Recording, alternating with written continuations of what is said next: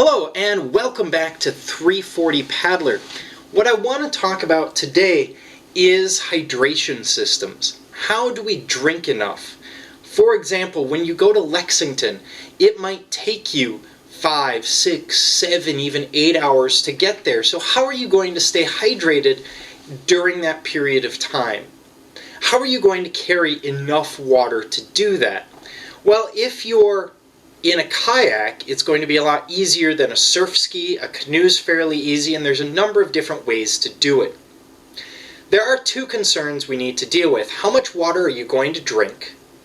And balance. The water issue should come from training. You should be familiar enough with your body to know how much time you have for a given amount of water, and then probably double that.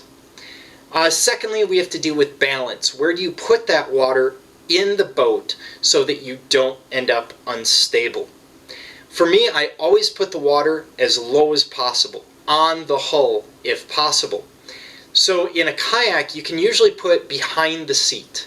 So it's sitting behind me, a sack, say a 3 liter, 4 liter, whatever volume you want of water, with a drinking hose running up from it, and then my ground crew can change it out as needed.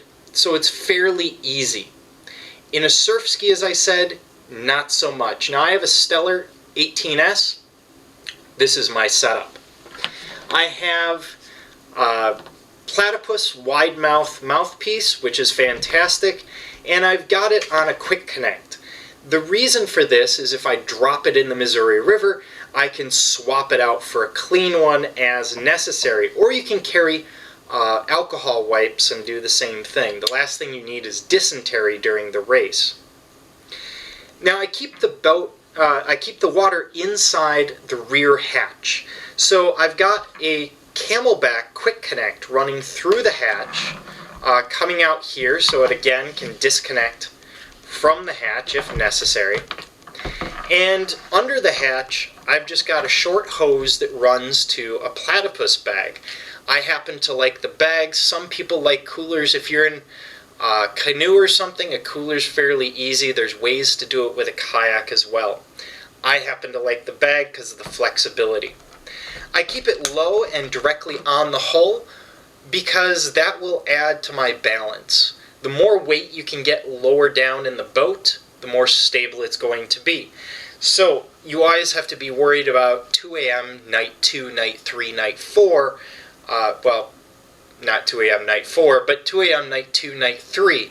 You don't want to have a rummage sail. You want stability.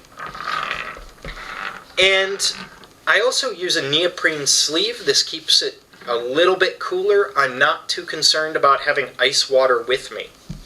One thing that I've discovered that doesn't work is this Camelback meter. It's supposed to count out how much water I'm drinking and everything else. I haven't figured out how to use it. It hasn't been user-friendly, so it will be removed from the system. It was one of those good ideas that just didn't work out. And the way I run this is this hose will run up and then attach via a clip to my PFD. And I'm not looking to be able to drink necessarily without stopping, but I'm looking to always know where the hose is. And every time you get in and out of the boat, make sure that you unclip the hose from your PFD. Otherwise it's going to snap into the water or somewhere else. It's going to be a problem. And as with all of this, once you have a setup, you have to test it. Test it as much as possible. Test it in practice, register for a longer race, any number of other things. The other thing is always make sure you have 2 hydration packs so that your ground crew can just swap them out fairly quickly. Make sure you always have a backup. So maybe a 3rd pack in case one breaks or something goes wrong or something clogs. You don't want to run into those issues. This is a necessity for the race. For some people, if you're running a V8, an Epic V8, for example, without a hatch, or an Epic V10 without a hatch, which I'm looking at potentially doing next year, you will want to cut a hatch for this. And I will do a whole video on that later on based on Brian Hopkins' tutorials on how to put in a hatch that he's put up on the River Miles forums.